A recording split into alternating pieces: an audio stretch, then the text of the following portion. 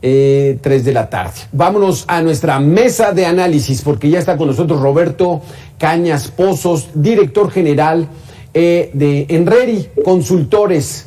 ¿Cómo estás? Me da muchísimo gusto saludarte, Roberto. Muchas gracias, Alberto, por recibirnos a ti y a tu auditorio. Aquí estamos a tus órdenes. Muy buenas tardes. Ya nos platicabas, Roberto, que Protección Civil, pues bueno, no descansa. Al contrario, en estos días es cuando más actividad hay, ¿verdad? Sí, definitivamente los puentes largos, las fechas en que el ciudadano común y corriente está descansando, pues la verdad es que las autoridades en Protección Civil y lo que nos dedicamos a la gestión de riesgos, pues estamos siempre al pie del cañón, ¿no? No sabes cuándo va a saltar la liebre en la realidad. Sí, terriblemente una de las problemáticas que vemos en las carreteras son estos accidentes, hombre, apenas el de Quintana Roo, 8 muertos, más de 15 heridos. ¿Cómo nos encontramos en esta situación, Roberto? ¿Por qué persisten los accidentes en carretera cuando estas ya están muy bien planeadas, con su acotamiento, bien iluminadas? ¿Qué es lo que pasa? Pues mira, siempre cuando sucede un accidente, regularmente la causa principal son los seres humanos. Todo lo demás tú lo puedes controlar, puedes tener un excelente peralte, puedes tener una carpeta asfáltica diseñada ex profeso para el tipo de autopista donde vas a estar desarrollándote, pero el factor humano es algo de muy alto riesgo. En las autopistas traen muchas personas que no tienen la experiencia para manejar en autopista, en carretera, la tratan como si fuera una calle de una ciudad, una avenida de una ciudad, y esto no es así. Las altas velocidades que se alcanzan en una autopista, el no respetar los límites de velocidad, el no respetar los señalamientos, conlleva una serie de accidentes que ya conocemos, ¿no? Hay autopistas que por sí mismas tienen un alto riesgo. La Pera, saliendo de la Ciudad de México rumbo a Cuernavaca, tenemos también la Rumorosa en la parte norte de nuestro país, y así podríamos hablar de diferentes autopistas y carreteras en nuestro país que generan esa problemática, ¿no? Además de que sabemos también que muchas veces habíamos comentado la impericia del manejador y también los excesos, tanto por los vehículos de carga, muchas veces los dolis, los trailers con doble remolque nos generan una gran problemática en algunas de ellas. ¿Hay manera de evitar o reducir la incidencia de accidentes en autopistas y carreteras? ¿Hay alguna manera de hacerlo? Definitivamente las acciones de prevención deben de iniciar primeramente por el manejador, por la persona que está detrás del volante. No podemos pensar que somos invulnerables a los accidentes. Debemos de tener muy claro siempre que el riesgo está presente y que mi automóvil puede estar en las mejores condiciones, pero eso no significa que en el momento que estemos en la autopista pueda fallar algo, puede haber un piso que está puede haber pasado que un vehículo antes que el mío haya tirado combustible, haya tirado diésel, haya tirado aceite, y cambia en ese momento las condiciones radicales. Hay que estar siempre muy pendientes, y para manejar tienes que estar al 100%, para manejar en autopista tienes que estar al 150%, no puedes estar de otra manera, y conocer los señalamientos que hay en las autopistas, conocer las capacidades tuyas principalmente de tu vehículo, y a partir de ahí, ¿no? Y digamos que la autoridad, la propia infraestructura, el sistema de las autopistas podría permitir también el reducir esta incidencia delictiva. Nos enlazamos, mira, en estos momentos, Roberto, con José Luis Hernández de ESA, fundador del Colegio Mexicano de Profesionales en Gestión de Riesgos y Protección Civil. ¿Cómo estás, José Luis? Hola, ¿qué tal? Un saludo, y un saludo a Roberto Cañas, que también es fundador del colegio. Ah, mira. José Luis, a ver, esta pregunta iría para ti en ese sentido. ¿Habría alguna manera de implementar más radares para detectar la velocidad, tratar de limpiar la carretera cuando haya algún tipo de accidente? ¿Qué hacer para reducir el índice de accidentes que todavía es muy alto en el país? Sí, precisamente el día de ayer por la tarde que regresaba yo de la autopista de Puebla, en la autopista de Puebla, estábamos haciendo un análisis, porque veníamos junto con algunos amigos que se dedican al tema también de la prevención, y decíamos, bueno, ¿por qué no instalar estos radares que son como unos pórticos que te van marcando la velocidad. Cuando te marcan la velocidad, pues ves precisamente qué tan rápido vienes. Pero además esos radares podrían tener cámaras de registro. Yo creo que los mexicanos entendemos muy bien cuando nos multan, entendemos muy bien cuando nos golpean el bolsillo, y estas multas, como muchas de las multas federales, tienen que ser altas y elevadas. Creo que eso ayudaría mucho, independientemente de la educación vial que nos está fallando tremendamente. Yo creo que el poder tener esos radares con las cámaras, con las fuertes multas y sobre todo con las sanciones nos va a ayudar. Ni modo, tendremos que aprender por el método más difícil, pero el que más duele y que parece que es el más efectivo, que es en las infracciones. Porque no olvidemos que en la Ciudad de México eso está ocurriendo, y cuando vamos a hacer la verificación y vemos la cantidad de multas que tenemos por exceso de velocidad o por diversas violaciones a la ley al reglamento de tránsito, pues ahí es donde sí entendemos y corregimos estas cosas. Exacto. No veo otra manera de momento que podamos decir, bueno, vamos a bajarle. La campaña de educación vial tiene que ser permanente, tiene que ser de siempre. Tiene muchos años que no tenemos este tipo de campañas, ¿sí? Exacto, sí. Roberto, era parte más o menos de lo que decías. Aquí hay que ser más duros en cuanto a las multas. Y pues bueno, ya que hay un riesgo casi inevitable por algún imprevisto, por alguna situación que no podemos controlar, la recomendación es: todos dentro del vehículo, todos dentro de los autobuses, se pongan el cinturón de seguridad, que puede ser la diferencia entre vivir o morir. Eso es exactamente la vida y la muerte, el cinturón de seguridad. Eso es una gran realidad. A ver, ¿sí, Roberto? Sí, es algo que está totalmente comprobado. El cinturón de seguridad, desde hace muchísimos años, vino a cambiar la incidencia de vivos y muertos en un accidente automovilístico. El utilizarlo de forma adecuada, el conocer la fijación del mismo, el traerlo, porque uno puede ver muchas veces que traen menores de edad, niños, bailando en el asiento trasero, brincando de un lado a otro del vehículo, sin tener ninguna precaución. Esto lo vemos en la ciudad y lo vemos lo peor de todo en autopistas, ¿no? Donde es mayor el riesgo. Imagínense, se nos olvida a los automovilistas que si el vehículo va a una velocidad de 150 kilómetros por hora, 80 kilómetros por hora, 50 kilómetros por hora, las personas que van dentro de ese vehículo van a esa misma velocidad.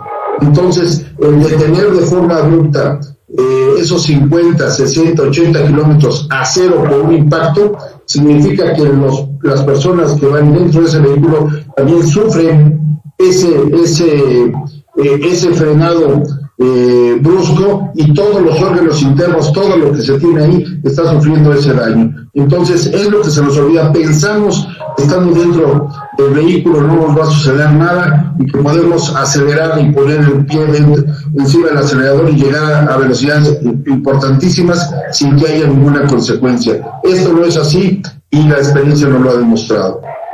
José Luis, algo a mí que me llama particularmente la atención es de que las autopistas están en muy buen estado, la mayoría de ellas bien iluminadas, bien pintados los carriles, el peralte, pero el problema está de que los autos son cada vez más sofisticados y alcanzan mayor velocidad. Pero ¿cuál sería esa razón por la cual sigue habiendo tanto accidente y sigue habiendo tanto muerto en estos accidentes carreteros? Tienes una percepción muy adecuada. Sí, las autopistas mexicanas tienen un muy buen nivel de seguridad, tienen muchísima ingeniería, están muy bien calculadas. Hay algunas excepciones por ahí, pero por ejemplo teníamos una autopista México-Cuernavaca que tenía la famosa pera, y la pera ha sufrido correcciones geométricas durante toda su vida y actualmente es muy difícil que haya accidentes ahí. Se dan antes o incluso hasta después. Y el problema es de velocidad, finalmente de velocidad. Sí, los vehículos actualmente corren muy rápido, los límites de velocidad no se respetan. Puede uno ir en el límite más alto de velocidad que hay son 110 kilómetros por hora en rectas, como puede ser en la propia de Cuernavaca, en la de Querétaro y en algunas otras del norte del país. Importante es conservar ese límite de velocidad. pero uno va a esa velocidad y de repente te rebasa un vehículo a 160, 170 kilómetros por hora, y que es impresionante lo que está ocurriendo. Como dice Roberto Cañas acertadamente, somos una parte del proyectil que va a 160, 170 kilómetros por hora. Ha habido accidentes a bajas velocidades que tienen también un grave problema. ¿Por qué? Porque no hay control sobre un vehículo. Es muy difícil controlarlo, sobre todo cuando lleva una dinámica fuerte, cuando lleva mucho peso. Por eso es que en los vehículos grandes, los vehículos pesados, los accidentes son muy aparatosos, porque es toda una energía cinética que va ahí, y es una energía tremenda la que causa el impacto. La falta de control, un pestañazo a 120 kilómetros por hora es fatal. Y estoy hablando de pestañazos que pueden ser por causa de cansancio, por causa de distracción, por causa del celular, que es el gatillo a veces que dispara muchos de los accidentes. Exactamente. Roberto, porque ¿cuáles son los límites reales en las autopistas? Porque te ponen máximo a 90, pero pues digamos que a los 100 kilómetros, 110 todavía podría haber control. ¿Cómo está establecido eso y si tendrían que modificarse ya esas máximos de límites de velocidad que ponen en las autopistas? No, Alberto, el límite de velocidad que marca la autoridad para las autopistas, ese es el que se debe de respetar. Así no hay que modificarlo, está bien. Es que luego hay unas rectas, por ejemplo, la México-Querétaro, ¿no? Es una rectota, hay partes que son de mucha recta. Y entonces es ahí donde le meten, lo levantan a 140, 140, y el límite de velocidad dice 90. Aquí, ¿cómo estaría ese asunto? Mira, pasa lo mismo con la gran recta que hay de San Luis Potosí hasta Saltillo, más o menos. Es igual, es una recta impresionante donde los trailers alcanzan una velocidad muy superior a los 90 kilómetros por hora, alcanzan 120, 130 kilómetros por hora. Eso no se da cuenta la persona que quiere llegar más rápido a su lugar, al destino que tienen, violentando la normatividad en cuanto a la velocidad que se tiene programada para esa autopista, puede generar un gran problema. Imagínate tú que a 90 kilómetros por hora se te poncha una llanta, ¿sí? Si pierdes el control a esa velocidad, si no sabes cómo controlar tu vehículo, seguramente te vas a voltear y va a ser un accidente fatal. Ahora imagínate tú si se vuela una llanta de un tráiler o se sale, como ha pasado en muchas ocasiones, sale disparada la llanta del tráiler a la velocidad que va el mismo y le pega a un vehículo de frente a la velocidad de 80, 90 o 100 kilómetros por hora. Pues mata a los que van en el otro vehículo, porque no es lo mismo el volumen, el tamaño, la protección que trae el vehículo particular a una llanta de un tráiler, ¿no? Como tal. Lo que tenemos que entender es que la ley, las marcas de velocidad que se tienen están hechas para respetarse, para que no pueda la reducción del riesgo de accidentes sea más eficiente que si implementamos esto. Sé que lo que estoy diciendo es muy complicado porque cuando nosotros manejamos en la autopista lo que queremos es llegar mucho más rápido a donde vamos. Si traigo un vehículo nuevo, bueno, pues quiero hasta probarlo, a ver cómo se comporta. Pero la pregunta sería, ¿a dónde quieres llegar más rápido? ¿A tu destino o a otro lugar? Esa sería la pregunta. Hombre, terrible, terrible esta situación, porque además, ¿cuánto, José Luis, le puede bajar uno si dice el máximo 90 y vas a 100, 110? ¿Cuánto le bajas? ¿Qué? ¿5, 10 minutos? ¿15 minutos? ¿Valió la pena? Aquí, José Luis, mi pregunta va en el sentido de estos límites de velocidad, pero en el México real, en esa situación real, hay muchas patrullas de caminos, que yo no sé si ya exista también la policía de caminos por tanto cambio que ha habido, pero están ahí y no sancionan a los que van a máxima velocidad. Entonces uno va en el límite y de repente ve bólidos auténticos, casi Fórmula 1, que van ahí arriesgando la vida. ¿Por qué no hay orden en esto, José Luis? Bueno, la Policía Federal de Caminos pasó a pertenecer a la Guardia Nacional y son las patrullas que vemos precisamente en las carreteras. El problema muchas veces es que el nivel de aceleración que traen algunos vehículos en la actualidad, nada más veamos estos viajes en la autopista del Sol. donde vemos verdaderos bólidos que pasan a velocidades tremendas. No es tanto, yo creo que debería haber operativos en ese sentido, así como pasó el tema de las motocicletas ahí muy cerca precisamente de La Pera hace unos cuantos meses.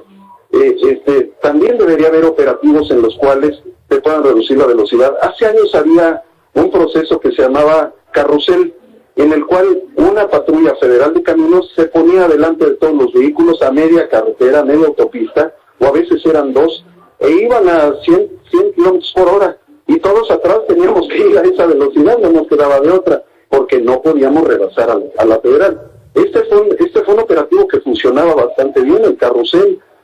Yo creo que este podría volverse a instalar. Sí. Pero reitero, no va a haber poder humano sobre la tierra que pueda detener a esos vehículos si no hay operativos bien definidos. El de los radares con las multas, eso es tremendo, tremendo. Y por cada kilómetro por hora que rebases de la velocidad permitida, va subiendo la multa. Así es que tú sabes, si detenemos tu vehículo, lo llevamos al corralón, te multamos, te sancionamos con la licencia, te suspendemos la licencia. O sea, hay muchas maneras que sí serán punitivas, pero no veo de otro modo en este momento de salvar la vida, porque la educación vial esa tarda un poquito más, pero ya hay que tener medidas urgentes, y eso va para todos, porque los transportistas también traen lo suyo, como decimos. Exacto, ¿no? Sí. Están sometidos a jornadas extraordinarias de trabajo. No hay transportista, y me atrevo a decirlo, no hay transportista que alguna vez haya tenido que tomar alguna pastilla o beber algo para poder soportar esas jornadas de trabajo, Exactamente. Roberto, ¿estarías de acuerdo en esto? Entonces, pudiéramos llegar a esta coincidencia de hay que incrementar las multas para que al menos aquellos infractores de la velocidad pues lo sientan en el bolsillo y la próxima vez piensen más en meter el acelerador. Sí, definitivamente, lo que comentaba José Luis es muy cierto. Si no pesa, si no les duele en el bolsillo, las sanciones siguen siendo iguales. Un jalón de orejas, una llamada de atención no sirve de nada. La idea es que realmente se quede un antecedente y en cierto momento se retire la licencia para evitar este tipo de situaciones, porque igual ese momento no pasó nada, se pasó la velocidad y ya, pero ¿qué tal si hubiera sido un accidente con ese exceso de velocidad? A lo mejor estaríamos contando 1, 2, 3 muertos. Claro. Esto no es así. Exactamente, entonces llegamos a la conclusión, hemos avanzado mucho en nuestras autopistas y carreteras, ahí la llevamos, todavía falta mucho por hacer, pero ahí van en cuanto a la infraestructura de seguridad. Aquí el punto está en la pericia de los conductores y sobre todo en el exceso de velocidad. La velocidad es el factor fundamental para que haya accidentes mortales, no se utiliza bien el cinturón de seguridad y entonces hay que trabajar en eso. Y como bien decía Roberto y José Luis, pretendo llegar antes ¿a dónde? ¿A mi destino o a otro lugar? Así que con eso nos quedamos. Muchísimas gracias. Que incrementen las multas, que les duela en el bolsillo a esos salvajes que van a toda velocidad, donde están poniendo en riesgo no su vida, sino la de otros inocentes. Muchísimas gracias, Roberto. Muchísimas gracias, José Luis, por haber estado con nosotros. Al contrario, un abrazo. Gracias. Gracias. Gracias, Roberto. Ahí lo tiene ya. Son